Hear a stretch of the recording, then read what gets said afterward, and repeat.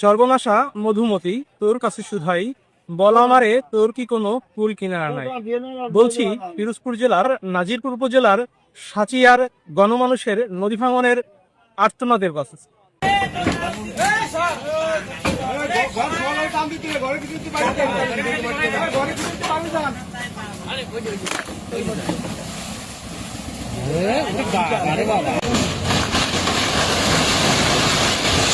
আমার এই নদী গর্ভে আমার দুইটা ঘর ভেঙে গেছে।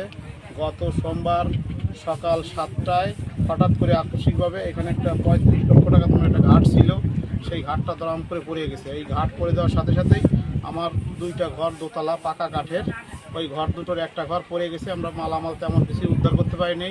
আনুমানিক ক্ষয়ক্ষতি প্রায় 5 লক্ষ টাকার উপরে। এইখানের মূল যোগাযোগ যে ব্যবস্থা টুঙ্গিপাড়ার সাথে যে রাস্তা, এই রাস্তাটা প্রায় 5 কিলোমিটার নদী গর্ভে বেরোয় গেছে, যা আমাদের যোগাযোগকে আসলে খুবই সমস্যাগ্রস্ত করে তুলেছে। আমরা এই ব্যাপারে আমাদের সরকার তথা পানি উন্নয়ন বোর্ড কেউ তেমন কোনো পদক্ষেপ গ্রহণ করেনি। আমাদের এখানে শতবর্ষের পুরনো স্কুল মালিখালী মাধ্যমিক বিদ্যালয়, আমি নিজে ওই বিদ্যালয়ে পড়াশোনা করছি। আগে আমরা পাকা রাস্তা দিয়ে যেতে পারতাম, এখন সেই রাস্তা নাই, আমাদের যেতে সমস্যা হচ্ছে। তাছাড়া মালিখালীতে নূতন আরও একটা কলেজ হয়েছে, এখানেও ছাত্রছাত্রীদের যেতে সমস্যা হচ্ছে। তাই আমি সরকারের কাছে এবং পানি উন্নয়ন বোর্ডের কাছে দাবি রাখবো যাতে আমাদের এই রাস্তাটা দ্রুত সংস্কার করা হয় এবং আমাদের এই নদী ভাঙনটা যাতে রোধ করা যায়, সেই ব্যবস্থা যেন সরকার দ্রুত পদক্ষেপ গ্রহণ করে। বালু তোলা হয়, এই বালু তোলার কারণেই মূলত নদী ভাঙার প্রধান কারণ।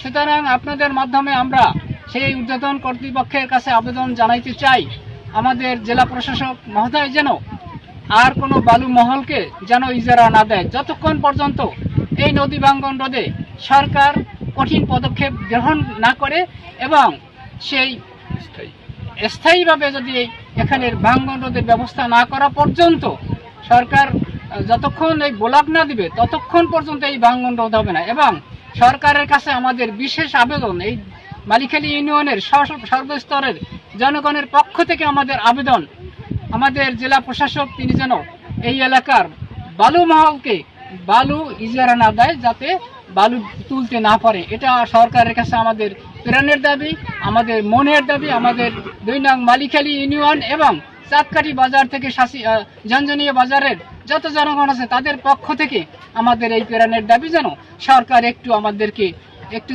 খতিয়ে দেখে। কোনো বেচা কেনাও করতে হলে ভয়তে লোকজন আসতে হয় না। এমনি নদীগ্রস্ত আমাদের ঘর আগেও ভাঙে গেছে, আর খালি ভাঙতে আমরা ব্যবসা বাণিজ্য করে খাবো, এই কায়দা আমাদের নেই। আমরা এখন কোথায় যাবো তাই তো আমরা বুঝতে পারি না।